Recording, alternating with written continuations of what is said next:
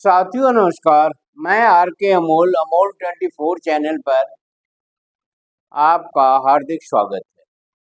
आज एक सामाजिक विषय पर आपसे चर्चा करेंगे।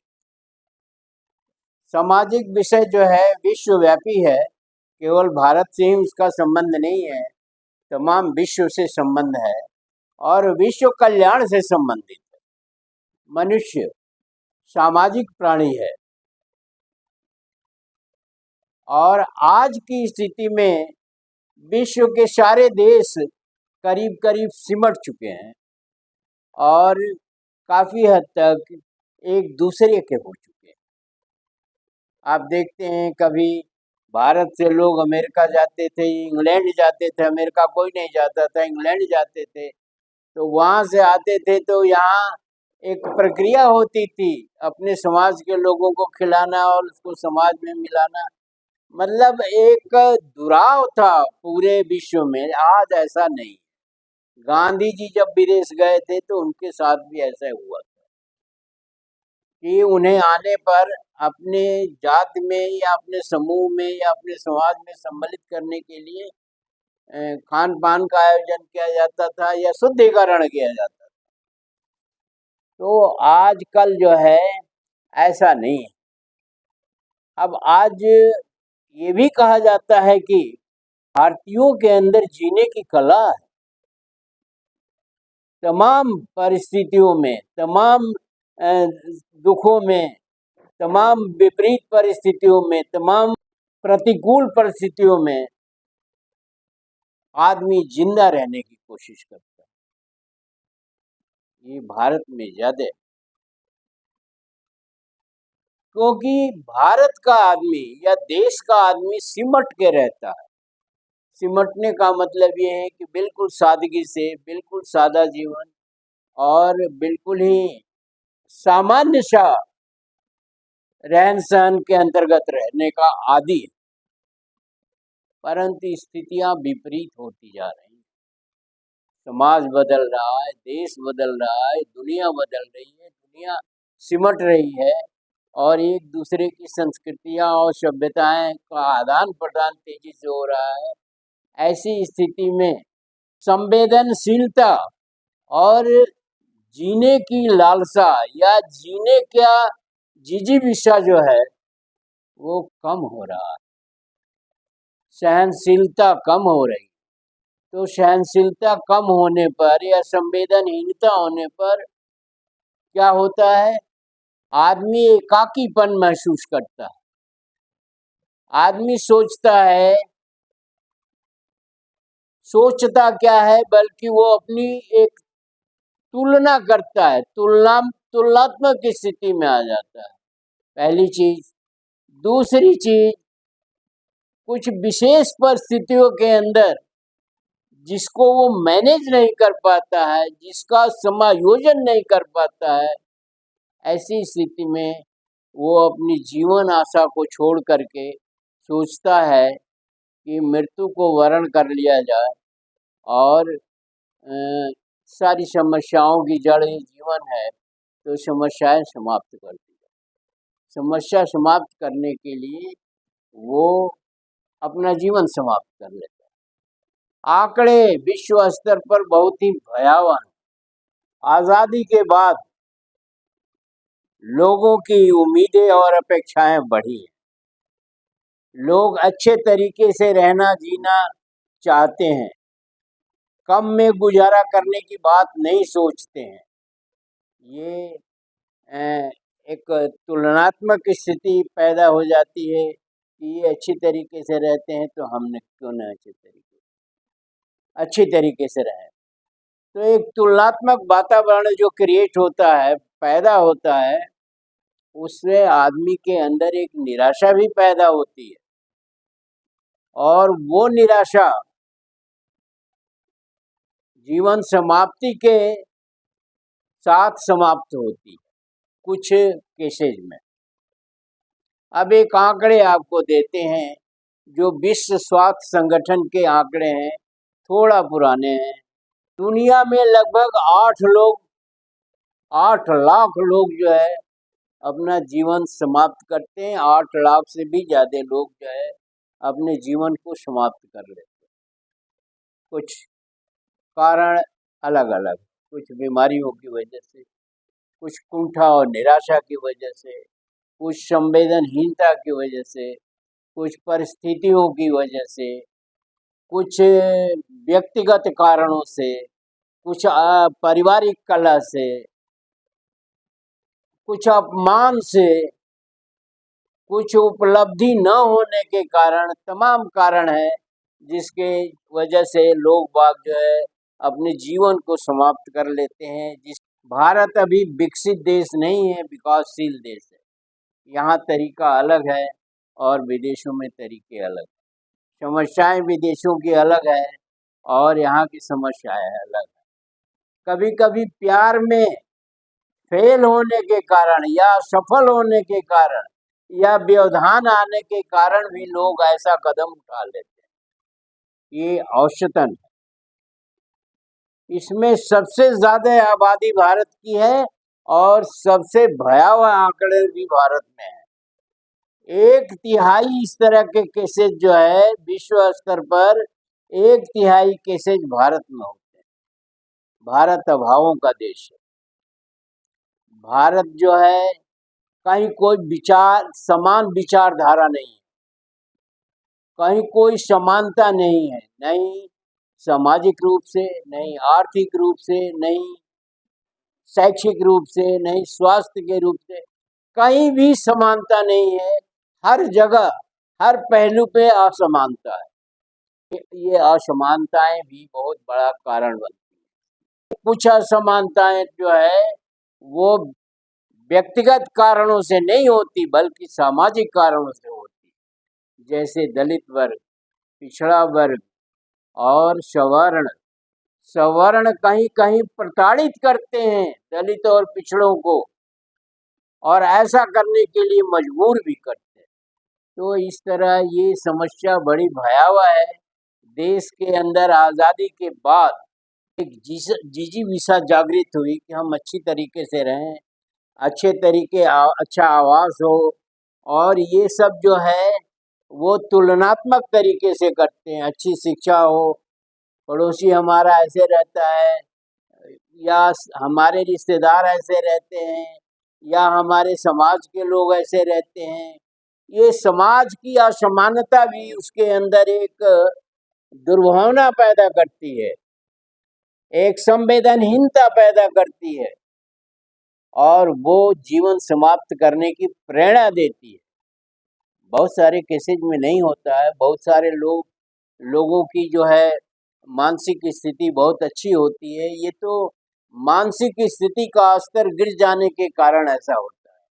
अपमान, आर्थिक, सामाजिक, तमाम तरह के अपमानों को आदमी झेलता है, और झेलने के बाद उसको निर्णय लेता है कि हम जीवन समाप्त कर रहे हैं। एक निराशा सब उसके अंदर पैदा होती है। भारत के अंदर भौतिक उन्नति भी बहुत हुई। लोगों के अंदर एक जिजीविषा जागृत हुई है, लोगों के अंदर इच्छाएं जागृत हुई, और भारत के अंदर बहुत पुरातन काल से सामाजिक भेदभाव बहुत उच्च स्तर पर, आर्थिक भेदभाव भी बहुत उच्च स्तर पर। आदमी आर्थिक भेदभाव तो झेलने की क्षमता रखता है, लेकिन सामाजिक भेदभाव झेलना उसके बस का नहीं होता। सामाजिक भेदभाव अपमान की उच्च श्रेणी के अंतर्गत आता है, उससे बड़ा अपमान नहीं होता है। और भारतीयों में शिक्षा का, वास्तविक शिक्षा का स्तर न बढ़ने के कारण, धन और धरती का बंटवारा न होने के कारण, ढोंग पाखंड आडंबर होने के कारण, और तमाम अन्य कारण जो समाज से जुड़े हुए हैं के कारण बड़े पैमाने पर जीवन लीला समाप्त की जाती है, जो स्वयं होती है। अंग्रेजों के कानून के अनुसार आत्महत्या करना अपराध है। और उसमें तमाम धाराएं हैं। कुछ केसेज ऐसे भी आते हैं जिसमें ये होता है कि इन्हें आत्महत्या करने के लिए किसी ने उकसाया है या विपरीत परिस्थिति पैदा किया गया है, वो उसका दोषी माना जाता है। उसके ऊपर दंड की कार्रवाई होती है, उसके ऊपर मुकदमे चलाए जाते हैं। ऐसे बहुत सारे केसेज हैं। बेमूला का केसेज और भी तमाम दलितों के मामले में इस तरह के केसेज आते हैं जिसमें उन्हें सामाजिक रूप से उत्पीड़ित किया जाता है। पिछड़ों के कुछ केसेज हैं जिसमें उन्हें सामाजिक रूप से उत्पीड़ित किया जाता है। और भारत में यह लड़ाई लंबे समय से, हजारों सालों से चल रही है। हजारों सालों से न कह लीजिए बल्कि 6-7 हजार सालों से चल रही है। और इस तरह की परिस्थितियां उत्पन्न की जाती है कि वो अपनी जीवन लीला समाप्त कर लेता है। ये एक बहुत बड़ी भारत के साथ विडंबना है कि भारत का समाज होमोजीनियस नहीं है, हेट्रोजीनियस है। हेट्रोजीनियस का मतलब है असमानताएं बहुत हैं, समाज के अंदर विसंगतियां बहुत हैं, समाज के अंदर त्रुटियां बहुत हैं, समाज के अंदर अव्यवस्था बहुत है, जिससे जागरूक आदमी या कह लीजिए कि पीड़ित आदमी अपना मानसिक स्तर खो देता है और अपनी बाल बच्चों को त्याग करके, छोड़ करके जीवन लीला समाप्त कर लेता है। इस तरह के अनेकों केसेस, और इस भारत में इसमें सुधार नहीं हो रहा। भारत में इस चीज को गौरव की दृष्टि से देखा जाता है कि ये छोटे हैं, जाति के हिसाब से, धर्म के हिसाब से तमाम पैमाने बनाए हुए हैं। जाति का पैमाना है, धर्म का पैमाना है, सोशल स्टेटस तो है ही है, आर्थिक पैमाने हैं, तमाम चीजें हैं जिसकी वजह से आदमी कुंठित हो जाता है और कुंठा जो है इस चीज को जन्म देती है। इस पर सरकारों को भी ध्यान देना चाहिए, समाज के उच्च वर्ग को भी ध्यान देना चाहिए, समाज के शिक्षित वर्ग को भी ध्यान देना चाहिए, समाज के आर्थिक रूप से संपन्न लोगों को भी ध्यान देना चाहिए। लेकिन विडंबना यह है कि लोग इसको अपना देश नहीं मानते हैं। भारत कोई देश नहीं है और वास्तव में कोई देश नहीं है। भारत एक जातियों का समूह है, एक धर्मों का समूह है। ढोंग पाखंड आडंबर इसका आधार है। सामाजिक असमानता, आर्थिक असमानता, शैक्षिक असमानता पग पग पर है और अनेकों जातियां हैं, 6,000-7,000 जातियां हैं और हर जाति का स्तर जो है अलग अलग है। तो यहाँ लोग नहीं रहते हैं, जातियां रहती हैं। यहाँ भारतवासी नहीं रहते हैं, यहाँ भारतीय नहीं रहते हैं। भारतीय और भारतवासी होने का कोई कंसेप्ट नहीं है, कोई विचारधारा नहीं है। यहाँ ब्राह्मण होते हैं, क्षत्रिय होते हैं, वैश्य होते हैं, शूद्र होते हैं और अनेकों 6-7 हजार जातियां होती हैं जिनमें आपसी तालमेल ही नहीं। यहाँ ढोंग पाखंड आडंबर होता है। आज भी ये स्थिति है।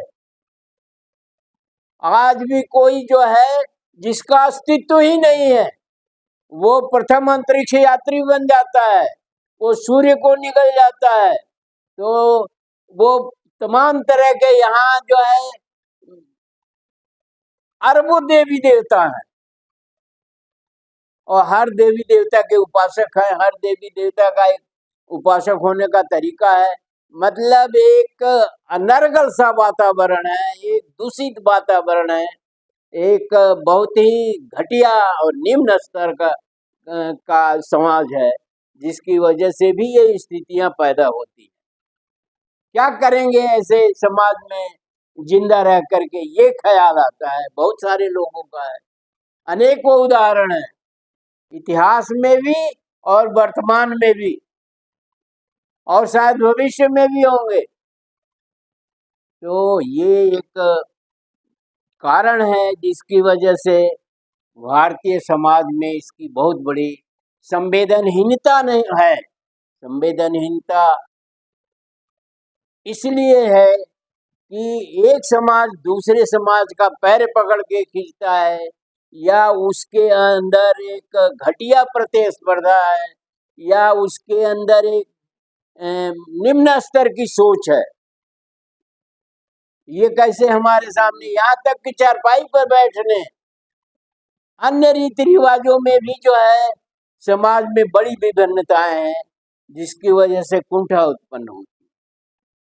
तो ये एक भयावह समस्या है। समस्या इसलिए भयावह है कि जिसका पिता अगर ऐसा कर लिया तो परिवार की प्रतिष्ठा दांव पर लग जाती है, उसकी पत्नी और बच्चे दांव पर लग जाते हैं। बहुत सारी कहानियां हैं, उन कहानियों का वर्णन एक छोटे से वीडियो में नहीं किया जा सकता है। इस देश में इतनी कुरीतियां हैं, इतनी ढोंग पाखंड आडंबर है, धर्म का धंधा है कि पूरा समाज जो है विसंगति का शिकार हो चुका है। पूरा समाज नष्ट हो चुका है, कहीं कोई सामंजस्य नहीं है। और मैंने बताया है कि हेट्रोजीनियस समाज है। हेट्रोजीनियस का मतलब ये हुआ कि बहुत भिन्न भिन्नताएं हैं, सोच में भिन्नता है, रहन सहन में भिन्नता है, खान पान में भिन्नता है, कपड़े पहना, शिक्षा में भिन्नता है, कपड़े में तमाम भिन्नताएं हैं जो कुंठा को जन्म देती है। इसी तरह से धर्म है। धर्म तो बिल्कुल अधर्म है, और धर्म तो धूर्तों के हाथ में है, वो जैसा चाहते हैं वैसा करते हैं। तो इस तरह से दिक्कत एक और है कि इस तरह की परिस्थिति वाला व्यक्ति अपने हाव भाव को छिपाता है। वो ये जानता है कि ऐसा करना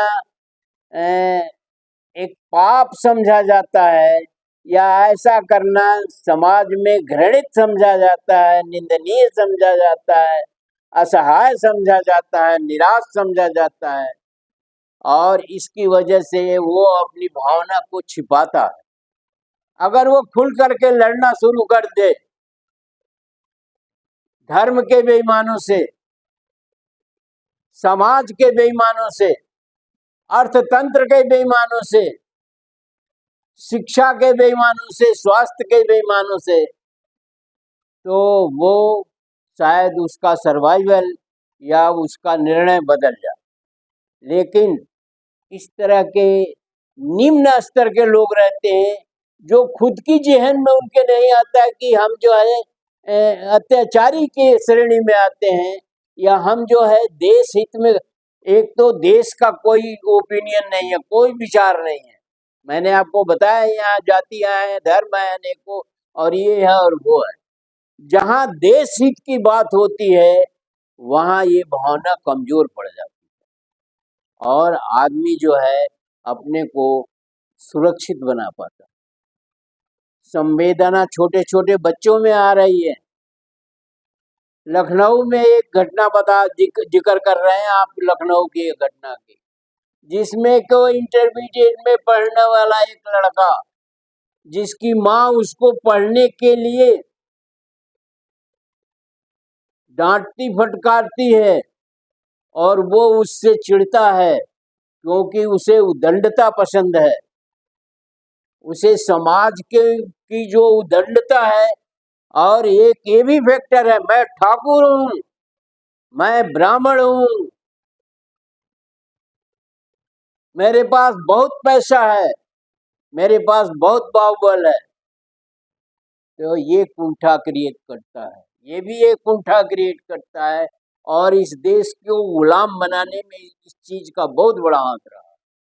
तो वो लड़का जो है इंटरमीडिएट में पढ़ता है, पिताजी उसके मिलिट्री में है, उनका आना जाना बहुत रेयर होता है, बहुत कम होता है।